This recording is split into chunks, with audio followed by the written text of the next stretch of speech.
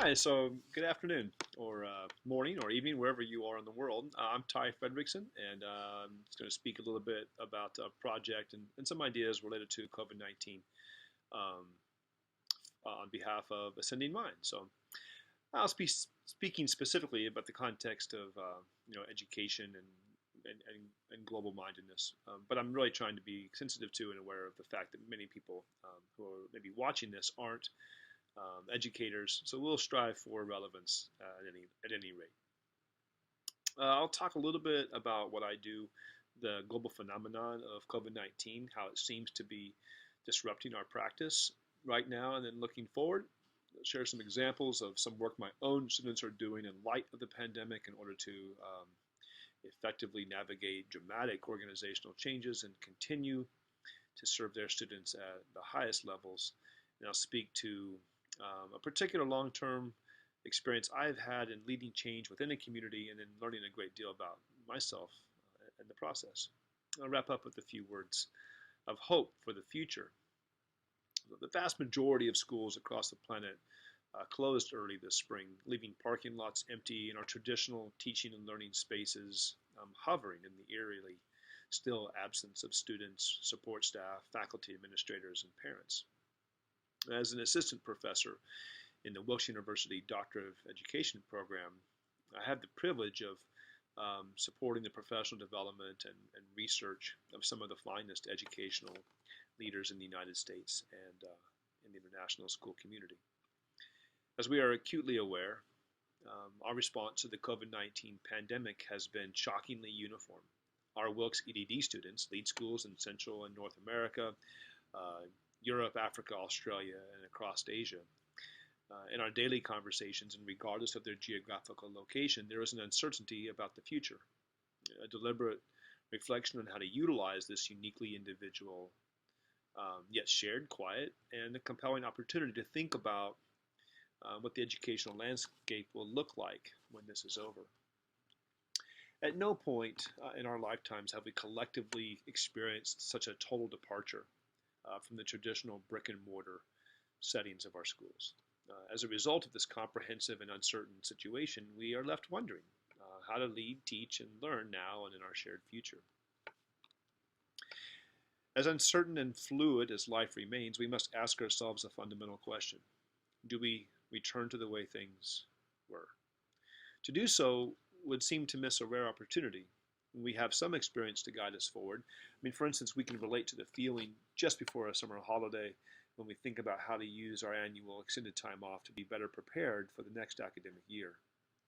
How many of us have turned the lights out to our schools in June or December and walked away with the best of intentions for our return, to prioritize student agency, to deploy that innovative idea, to lead more purposefully, to be more patient and effective collaborators, assess more meaningfully, heighten the relevancy of our content, and so on. And here we are, again, with the freedom for new beginnings. And the next time we find ourselves in schools with our students and our colleagues and in our communities, it will most certainly be different. But for how long? We are all too familiar with the experience of being inspired to act as a result of being disrupted. We have been quieted by the startling realization that comes from seeing our lives and our work from a new perspective. At these moments of introspective stillness, we genuinely and forcefully commit to protecting the fire that has been lit in our minds and in our hearts. We anticipate returning to our schools ready to share our disruption. I've seen and felt this happen many times. We all have. The fire of inspiration and creativity burns brightly at first, but over time and against the forces of the status quo, and without others to kindle it, the fire naturally begins to cool until the next disruptive experience. But I posit that this introspective stillness might be different. There is an exhilaration in the silence because we're all sharing in it at precisely the same moment. The collective awareness that our post-COVID-19 lives will illuminate new ways to teach, learn, and to lead, and our shared commitment to sustainable innovation is likely to challenge virtually every aspect of our former institutions and the whole of our professions. I teach a course that examines some of the most pressing issues in global education. To be sure, there are many, so I focus on a few. Not surprisingly, as my students have been navigating the unfamiliar terrain of school closings, COVID-19 has been integrated into every aspect of our work. We have taken this unique opportunity to deliberately think about and plan for leading meaningful, research-informed, sustainable change. Some examples would include students who are developing virtual professional learning platforms designed to support teaching and learning in the most under-resourced school communities in the world. Restructuring collaborative initiatives to promote high school postgraduate student projects designed to support student transitions to and ultimately success in their post-secondary studies.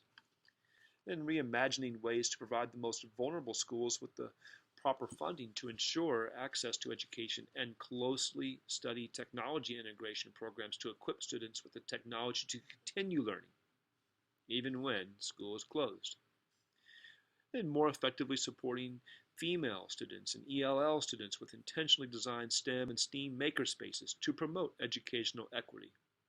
Intentionally designed mentorships and sponsorships and induction programs specifically for early to career principals leading in isolation. Then leveraging social media platforms to promote recruitment and diversity for cyber school programs. I share these initiatives as examples of what a deep and thoughtful personal introspection coupled with a network of like-minded professionals can imagine and achieve when given the opportunity. While they may not be wholly new ideas, each of them amplifies a disruptive response to the status quo in context. The only certainty greater than the exhilaration embedded in them is the fact that the community of professional learners that facilitated their germination stand ready to support them when the time comes, as does the professor who leads that course.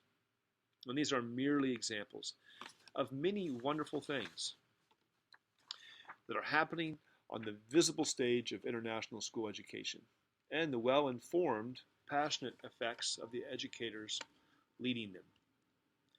These are to be acknowledged, mentored, and modeled. But we also have to stay connected philosophically and pragmatically with the most vulnerable populations in our respective communities and across the world, especially right now. In my work, alongside some of the most dynamic individuals in international education, I place significant emphasis on the constructs of community and responsibility. This emphasis tends to revolve around two questions. What is the extent of our community? And what does our responsibility to that community look like?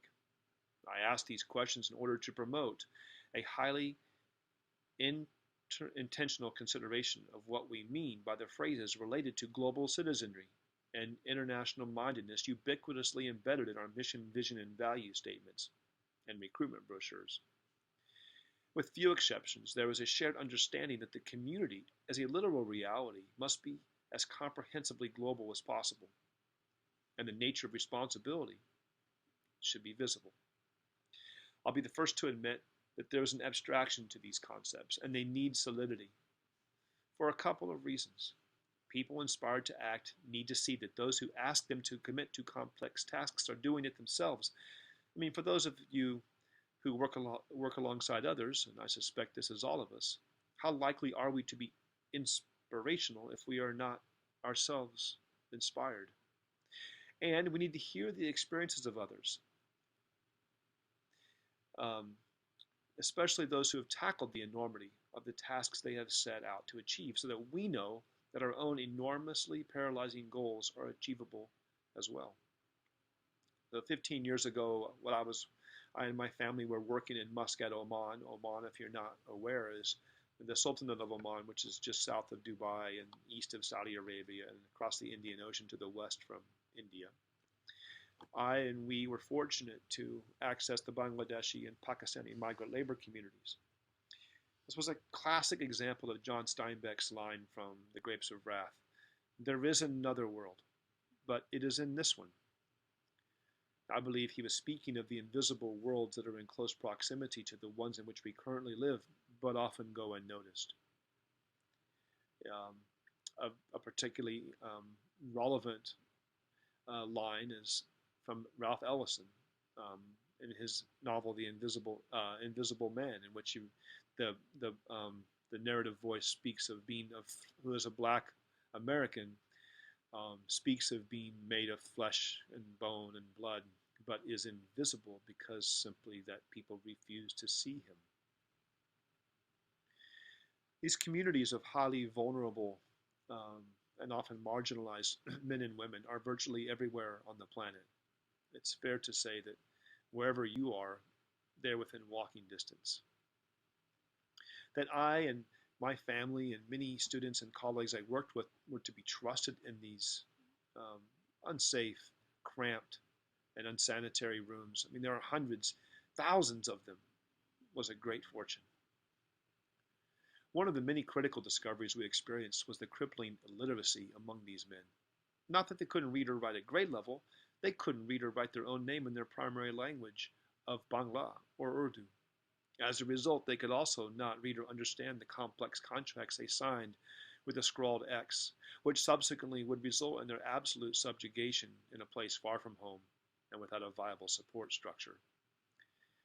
After nearly a year of relationship building, I needed to travel to Kamila State in rural Bangladesh to the remote communities of Gushkandi and Balacho in order to get at least a vague idea of what was happening on the ground that would cause so many people, millions really, to not only make such a riveting sacrifice to do um, to do so much without any education or resources to support that sacrifice.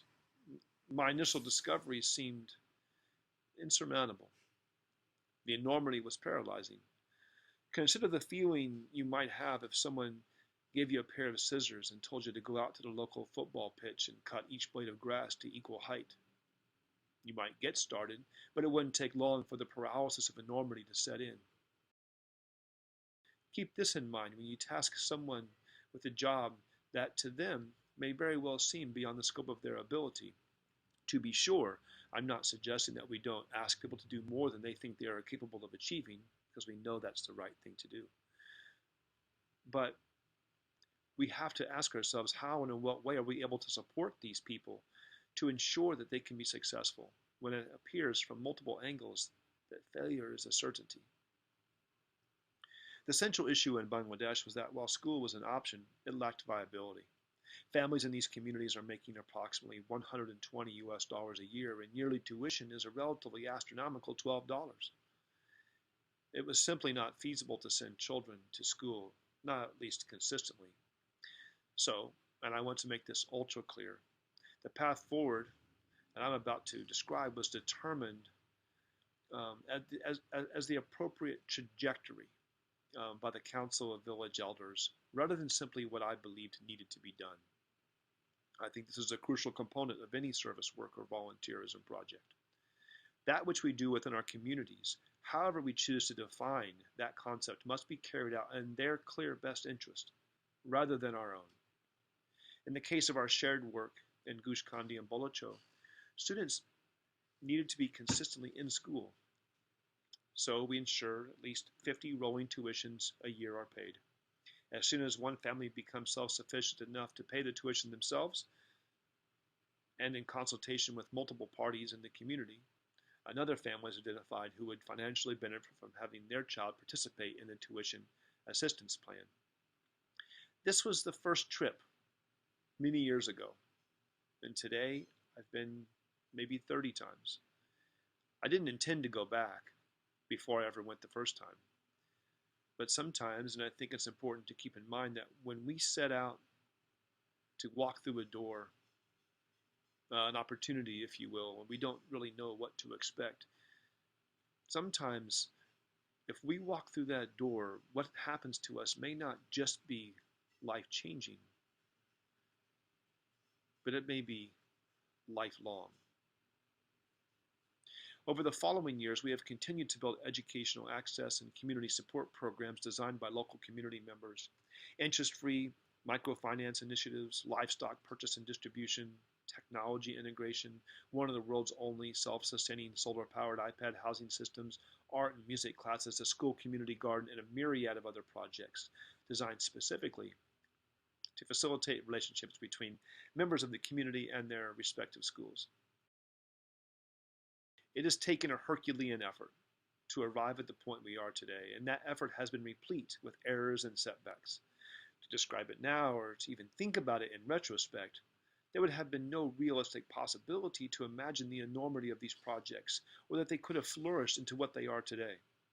But, like I remind my doctoral students, and all of my students, no matter where they are, or what age they happen to be, the magnitude of the tasks in front of us can be paralyzing if we think of them only in terms of where we want to be, rather than how we are going to get there.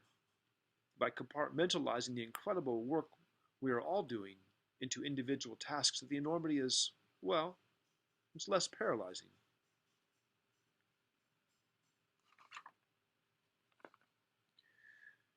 I think we maybe are familiar with the joke, how do you eat an elephant? And if you haven't heard it, then the answer, of course, is one bite at a time. And as simple as that seems, it's worth remembering. Just yesterday, I was having a conversation with an incoming doctoral student, and the thought of 5 years to complete the degree seems slightly overwhelming.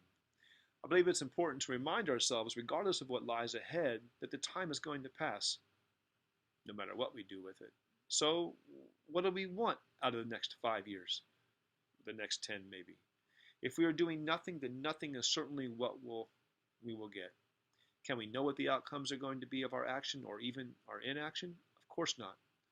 But we push forward with our always well-informed intentions anyway. When I think about how we will measure our success in Bangladesh, I tend to think small. This really isn't about changing the world. Rather, it's far more about unlearning what we think we know about the world, who we are in it, and what we may become. And you know what?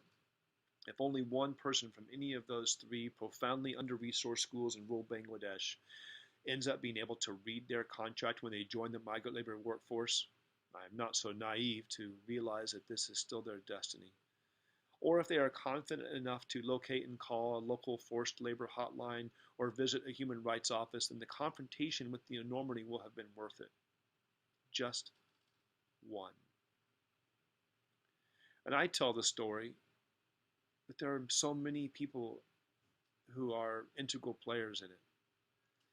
And it's really part of a much longer, complex narrative than what I have shared here. But it can serve as a metaphor for the disruption of COVID-19 we are all facing. Let's hope we do not return to the status quo. We may not have a choice, but to sever our ties with tradition. While uncomfortable, this would be the ideal scenario. Doing so would undoubtedly force us in directions we previously could not have imagined. 5 years are going to pass anyway. Scary? Absolutely. But we, like Robert Frost's poetic voice and stopping by woods in a snowy evening, have promises to keep. And if we recognize that the woods are lovely, we may be poignantly reminded of how fortunate we are for this moment of deep reflection. It is in the woods of our respective quarantines that we feel the immense joy of being educational leaders, or leaders in whatever field we currently work in. While we may not be in our buildings and school may feel a little uncertain, there is real learning happening. As should be at the crux of all authentic learning, we are discovering who we can be. What we will be, not in spite of, but because of our isolation. What we are capable of, how to think critically about our profession and our world, and how to appreciate the fragility of our circumstance. We are rejuvenating the fire of our intellect and passion so that we are equipped for the task in ways we were unlikely to previously imagine. What will the new normal look like following this unexpected learning experience? We do not know. And that's perfectly fine. The promise of our fire staying lit softens our uncertainty and builds anticipation for the future of our professions. Thank you.